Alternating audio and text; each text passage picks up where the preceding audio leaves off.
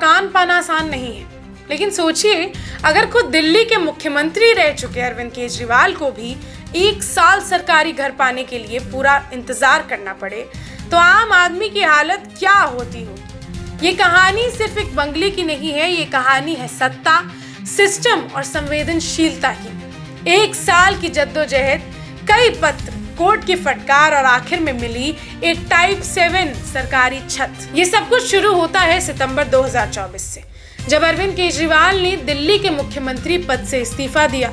उन्होंने 17 सितंबर को इस्तीफा दिया और 4 अक्टूबर को अपने परिवार समेत 6 फ्लैट स्टाफ रोड स्थित मुख्यमंत्री आवास खाली कर दिया।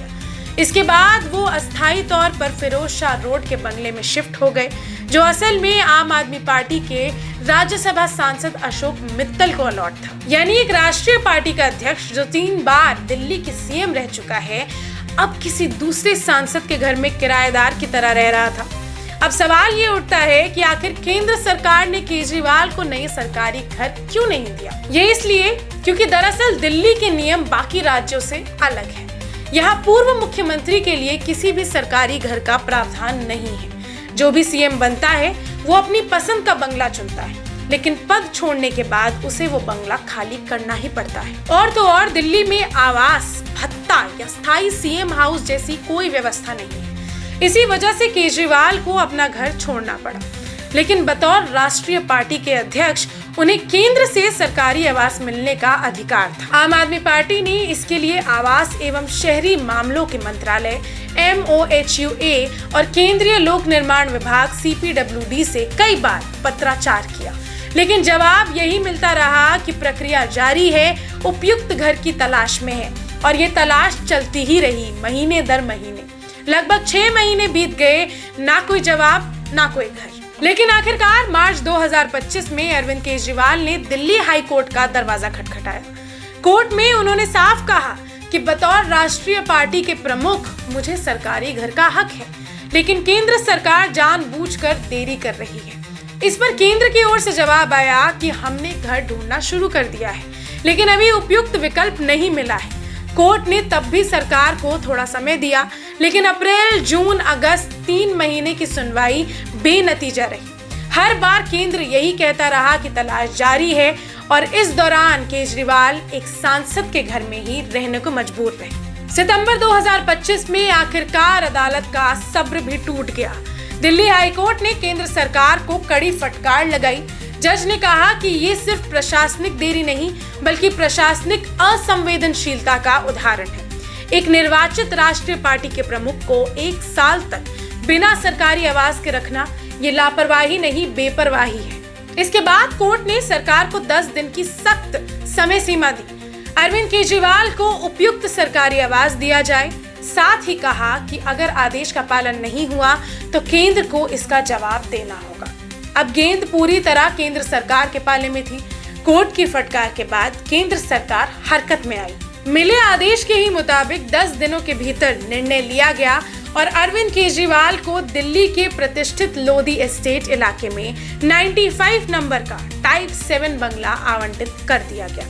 आम आदमी पार्टी की ओर से टाइप 8 बंगले की मांग की गई थी, लेकिन केंद्र ने टाइप 7 आवास देकर मामला निपटा दिया। अब ये वही लोधी एस्टेट है जहां देश के कई केंद्रीय मंत्री, सुप्रीम कोर्ट के जज और वरिष्ठ अधिकारी रहते हैं, और अब इसी पते पर अरविंद केजरीवाल भी रहेंगे। लोधी एस्टेट सिर्फ एक कॉलोनी नहीं, बल्कि दिल्ली की पॉलिटिकल पावर सर्कल है और यहाँ पर रहना एक स्टेटस सिंबल माना जाता है। अब अरविंद केजरीवाल का नया पता है 95 लोधी एस्टेट। यही घर आगे चलकर आम आदमी पार्टी के राष्ट्रीय संगठन का केंद्र बनने जा रहा है। यहाँ से तय होंगी पार्टी की चुनावी रणनीतियां, राज्यों में विस्तार की योजनाएं और शायद 2026 और 27 की नई राजनीतिक पिच भी।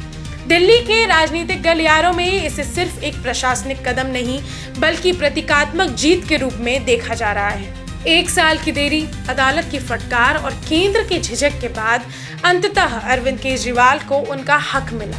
आम आदमी पार्टी नेताओं ने कहा कि हमने कोई एहसान नहीं मांगा, हमने अपना अधिकार लिया है। दूसरी ओर विपक्ष कह रहा है कि केंद्र सरकार का ये फैसला अदालत के दबाव में लिया गया है। यानी इस बंगले की चाबी के साथ साथ कई राजनीति के दरवाजे भी खुल गए हैं। अगर मैं आपको थोड़ी हिस्ट्री बताऊं तो दिल्ली में हर मुख्यमंत्री ने अपनी पसंद का घर चुना है। मदन लाल खुराना 33 शामनाथ मार्ग, साहिब सिंह वर्मा 9 शामनाथ मार्ग, Sheila Dikshit 3 Motilal Nehru Marg, Arvind Kejriwal flat staff road. Delhi में कोई स्थायी सीएम हाउस नहीं है, सीएम को कोई विशेष आवास भत्ता नहीं दिया जाता, तो सैलरी मिलती है उसी में सब कुछ शामिल होता है, यानी सत्ता छूटते ही बंगला भी चला जाता है। सीएम बनने से पहले अरविंद केजरीवाल गाजियाबाद के कौशाम्बी इलाके में रहते थे, फिर राजनीति का सफर शुरू हुआ और अब लोधी एस्टेट की ये नई शुरुआत शायद उनके लिए एक नए अध्याय की शुरुआत है, जहां से वे बतौर राष्ट्रीय अध्यक्ष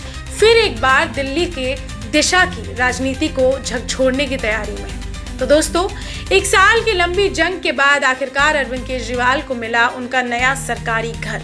लेकिन ये सिर्फ एक घर की कहानी नहीं है, ये कहानी है अधिकार बनाम सिस्टम की, राजनीति बनाम प्रशासनिक प्रक्रिया की, और उस जिद की जो कहती है अगर हक सही है तो देर भले हो, इनकार नहीं। अब देखना ये होगा कि 95 लोधी एस्टेट से केजरीवाल दिल्ली और देश की राजनीति में क्या नया मोड़ लाते हैं।